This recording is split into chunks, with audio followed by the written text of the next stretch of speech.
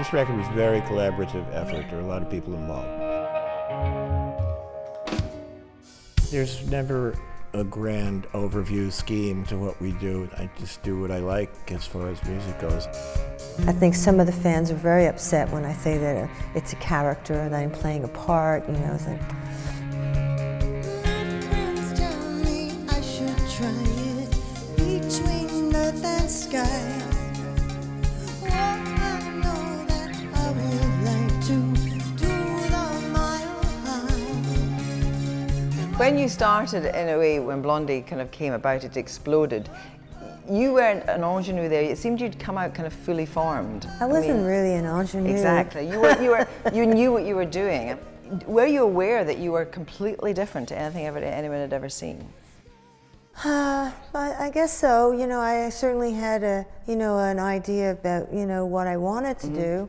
But I also feel that a lot of the girls that, had strong persona and ideas, somehow didn't get past a certain point, We were very much in the moment back then. I don't know if we were aware what the effect was as much as in retrospect. There was a certain kind of incredible detachment. It was like you were quite, there was kind of effortless coolness, I think, to that it was a very... Inside it was trauma. Trauma. Every minute was trauma.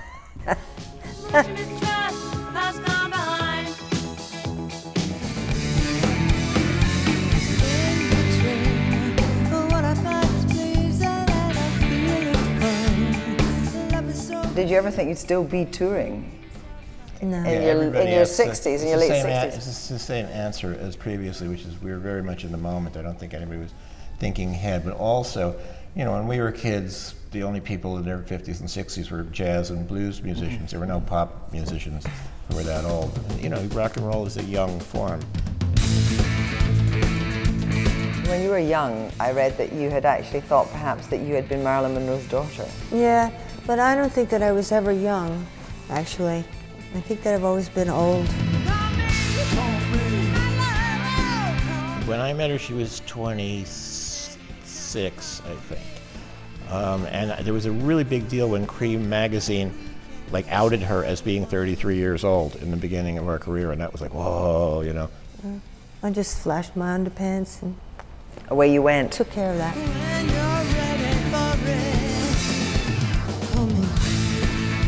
You said, I think, you were so glad you had all the radical experiences in your life that you had.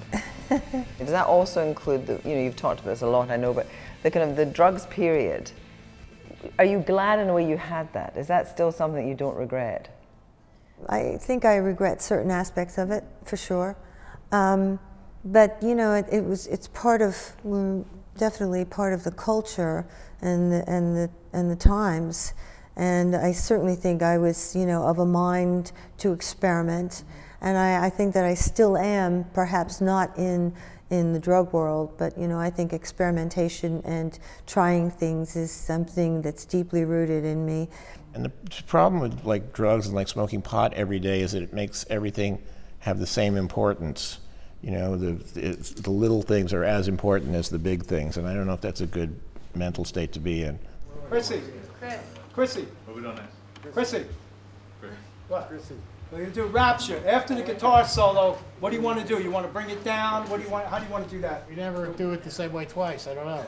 You're really funnily rude to Clem. Yeah. Well, he's a complete pain in the ass, but he's a great drummer. His playing, just gets better and better. So he's living the dream. But it's like a dysfunctional family situation. It's like that. The band's pretty stable now, really. But there are aspects of that. All right, whatever. The creative partnership, you had to have each other for this, didn't you? Yeah, this is some weird thing. Click. Yeah. Goes on.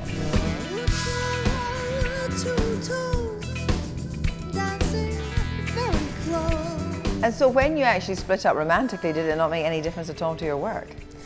Well, I think while there was some moments of, There was a period when we weren't working, and then it just, maybe for a year or so, and then it just started up again. Yeah. Debbie's the godmother to the kids. To your children? Yeah. And are you good at fairy godmother duties, or? I'm terrible. I still haven't left him with her yet. What age are they? I fear They're it. 8 and 10. I fear it greatly. Yeah. Really?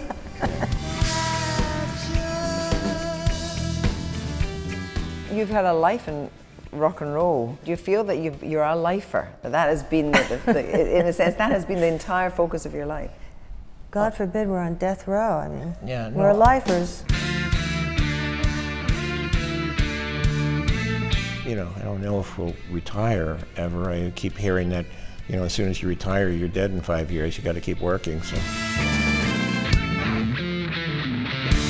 You know, we're lucky and, you know, appreciate it. I mean, I certainly never expected to, you know, have this kind of life.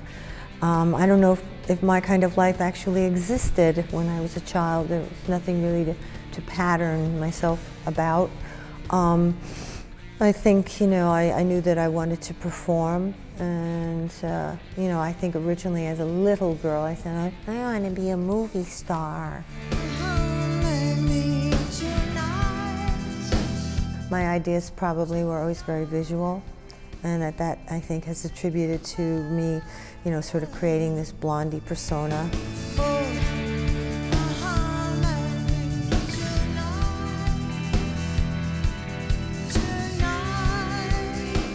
Is there anything you regret that you haven't done yet, or you still want to do, or, I mean, are you two cooking up something else? Yeah, sure, plenty of stuff. Yeah. There's this little comedy workshop that I've enjoyed doing recently. So, and I'm not funny, you know, but I just play it very straight. You're you pretty know. funny. You funny? Him, no, he's funny. Are you? He's very She's funny. She's funny too. She has We can be funny. good sense of humor. Yeah.